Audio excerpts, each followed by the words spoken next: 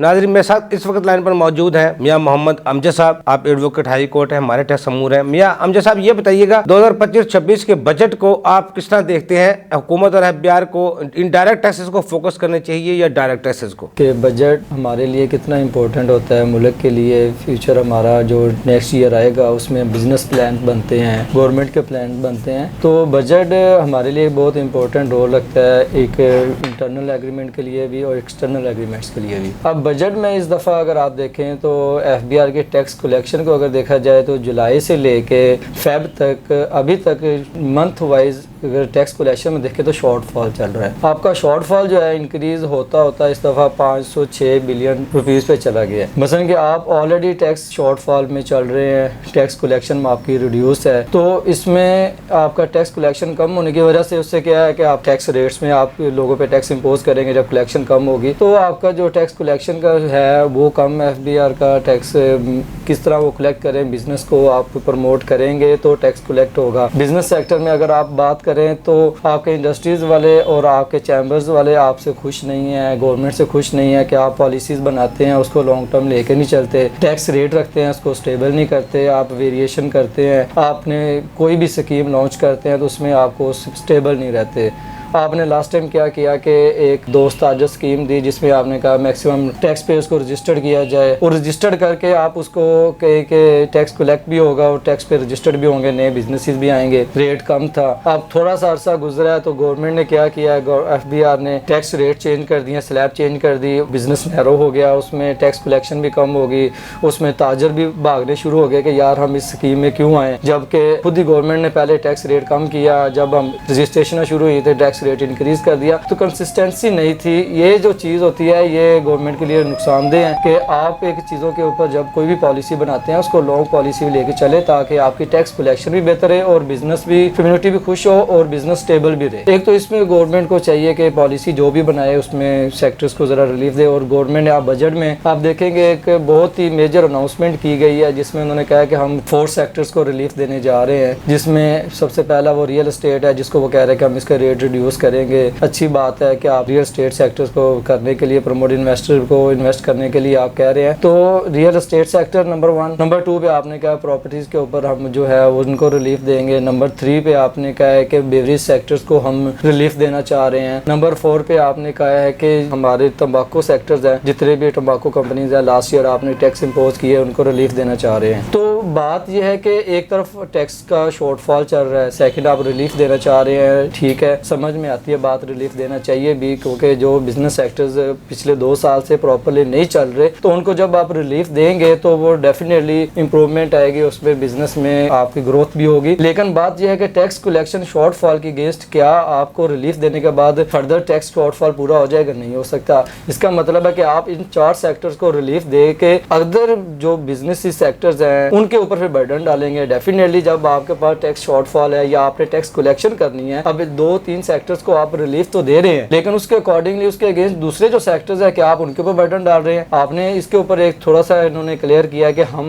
एक retailer sectors के ऊपर बर्डन डालेंगे। आप देखें पिछले 1 साल से ऊपर एफबीआर का मेन टारगेट रिटेलर्स के ऊपर रहा है कि हम रिटेलर्स को टारगेट करें। रिटेलर्स में कौन आ जाते हैं? छोटे शॉपकीपर्स हैं, उसमें काफ़ी ऐसे लोग हैं जो कि इनकम भी कम है और उनका बिजनेस वॉल्यूम भी कम है। आप उनको जबरी रजिस्टर्ड कर रहे हैं, कंपल्सरी रजिस्टर्ड करके उसको आप टैक्स नेट में लेके आ रहे हैं, उनको एजुकेट भी नहीं कर रहे और उनको टैक्स नेट में लाके उनको टैक्स कलेक्ट कर रहे हैं, इतना आप फोर्सफुली कर रहे हैं जबकि वो छोटे छोटे सेक्टर्स हैं। तो टैक्स कलेक्शन के लिए आपको एक सेक्टर्स को चूज करके उसको रिटेलर्स को आप चूज करके उनको ऊपर इतना टैक्स इम्पोज कर रहे हैं और फर्दर भी पॉलिसी सुनने में आ रही है कि इस बजट में वो रिटेलर्स के ऊपर मजीद टैक्स इम्पोज करेंगे जिसमें वो बिजली के बिलों की शेयर में भी ले सकते हैं और इसमें आपके ऊपर जो रिटेलर्स के ऊपर जो ट्रांजेक्शन के ऊपर इसके ऊपर भी टैक्स लेके आ सकते हैं। तो क्या आपकी इस पॉलिसी से रिटेलर और बिजनेसमैन सिक्योर रहेगा? आप देखें, आप प्रपोजल देने के लिए बजट के लिए आप अपनी मीटिंग अनाउंस कर रहे हैं कि हम बिजनेस चैम्बर्स को इनको सबको बिठा के हम एक बिजनेस कम्युनिटी के साथ मीटिंग करना चाह रहे हैं ताकि हम बजट प्लान कर सकें, लेकिन वो कोई भी आपके साथ मीटिंग करने के लिए तैयार नहीं है, सिर्फ इस वजह से कि आपके जो प्रपोजल्स हैं वो उनमें कंसिस्टेंसी नहीं है। आप एक चीज पहले डिसाइड कर लेते हैं, फिर थोड़ा सा टाइम गुजरता है तो आप उसमें चेंजेस ले आते हैं। तो जब तक आप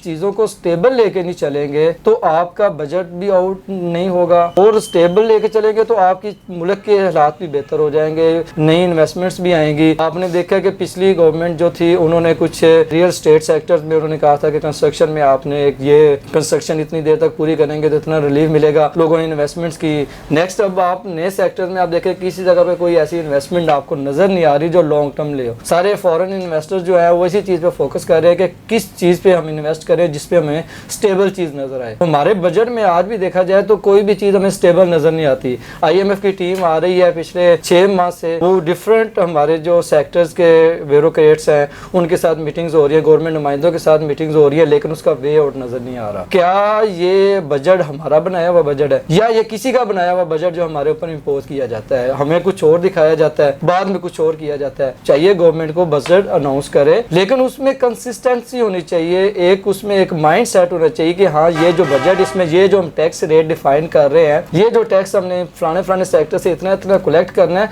ये इसका 1 साल तक कोई इसमें चेंजेस नहीं आएंगी, इसमें इतना रिलीफ है, ताकि बिजनेसमैन को पता चले हमें क्या रिलीफ मिल रहा है और हमारी बिजनेस प्लानिंग क्या है और हमारी इन्वेस्टमेंट किस तरह इन्वेस्ट होगी। तो ये गवर्नमेंट को लॉन्ग प्लानिंग के साथ चलना चाहिए। जो भी आप पॉलिसी लेके आए, जो भी बजट आपने प्रपोज बजट को जितना भी आपने लेके आना है आगे, उसमें कंसिस्टेंसी सबसे पहले लेके आए, ताकि आपकी जो भी इसमें अनाउंसमेंट हो, जिससे सेक्टर्स को रिलीफ देना है उसका बर्डन दूसरे पे नहीं पड़ना चाहिए, ताकि अदर सेक्टर्स में आपका जो, अगर टेक्सटाइल सेक्टर्स को देखा जाए थोड़ा बहुत स्टेबल हुई है। हमारी एक्सपोर्ट तो आप अगर देखें तो वो प्रीवियस ईयर से रिड्यूस जरूर हुई है, उसमें थोड़ी रीजन है, आपने एक्सपोर्ट के ऊपर जो IT एक्सपोर्ट सर्विसेज के ऊपर टैक्स को लेके आए हैं उसमें आपको इतना बुरी तरह फ्लॉप हुए हैं। हमारे अदर कंपेयर करें इंडिया के साथ या किसी और कंट्री के साथ, अगर हम खुद को कंपेयर करें तो हमारी IT सेक्टर्स की एक्सपोर्ट पिछले दिनों से आप देखें, ईयर से देखें तो हमारी वो इतनी स्टेबल नहीं है, नेट क्राइसिस की वजह से और हमारे इंटरनेट इशू और हमारे एक्सपोर्ट सर्विसेज में फ़र्क पड़ा है। आप इन चीज़ों को बेहतर करें, जो चीज़ें हमारे रेवेन्यू में फॉल करती हैं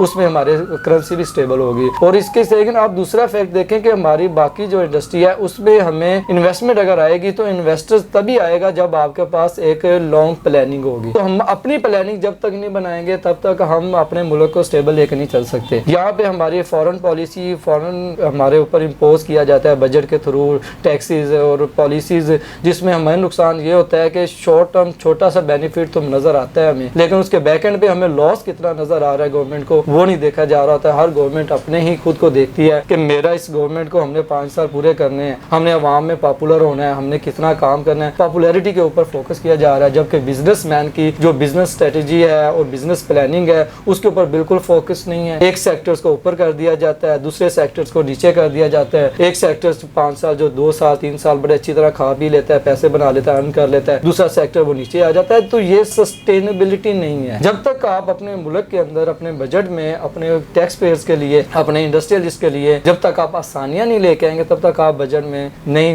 कर सकते, अच्छी तरह कह लें कि मुल्क नहीं रन कर सकते, ना ही हमारा डेफिसिट कंप्लीट होगा। मसलन कि हमें जब तक अपना बजट बनाने के लिए खुद की पॉलिसियां नहीं लेके आनी पड़ेंगी तब तक हम बजट को प्रॉपर्ली नहीं लेके चल सकते। हमारी कंपेयर टू एक्सपोर्ट इम्पोर्ट अगर हम देखें तो प्रीवियस ईयर से हमारी इम्पोर्ट अब इंक्रीज़ हो गई है। आपको पता है हमारी जो इम्पोर्ट इंक्रीज़ हो रही है तो उसके अगेंस्ट हमें डॉलर्स भी चाहिए होते हैं। तो अपनी हम इम्पोर्ट को अगर इंक्रीज़ कर रहे हैं उसके अगेंस्ट हमें अपनी इंडस्ट्रीज़ को बेनिफिट देने के लिए हमें देखना चाहिए कि हमारी इम्पोर्ट इंक्रीज़ हो रही है तो किस सेक्टर में कौन की प्रोडक्ट्स हैं जिसमें हमारी इम्पोर्ट हो रही है, और जो हम एक्सपोर्ट कर रहे हैं क्या उसकी एक्सपोर्ट से हमारे मुल्क के ऊपर क्या इफेक्ट पड़ रहा है। आपने लास्ट टाइम बोला हम चीनी एक्सपोर्ट कर रहे हैं, आपने शुगर एक्सपोर्ट की, उसके बैकएंड में आपको क्या रिजल्ट मिला कि आपके अपने ही कंट्री के अंदर शुगर रेट इंक्रीज़ हो गया जो 10 रुपीज़ पर केजी इंक्रीज़ हुआ। तो इससे अगर आपकी एक्सपोर्ट आप खुद से कह रहे हैं हम अपनी एक्सपोर्ट को ऊपर लेके जाएंगे, उस चीज़ की एक्सपोर्ट को ऊपर ना लेके जाएं जिसकी वजह से हमारे मुल्क के अंदर ही वो चीज़ों के में रेट में फ़र्क आ जाए। तो आप अपने रेट को स्टेबल करने के लिए, अपनी चीज़ों को स्टेबल करने, अपनी इम्पोर्ट के ऊपर जो आपने इंक्रीज़ हुई है उसके ऊपर भी फोकस करना चाहिए कि जो हमारी इम्पोर्ट इंक्रीज़ हो रही है, रॉ मटेरियल कितना इम्पोर्ट में है और हमारा फिनिश गुड्स कितनी इम्पोर्ट में है,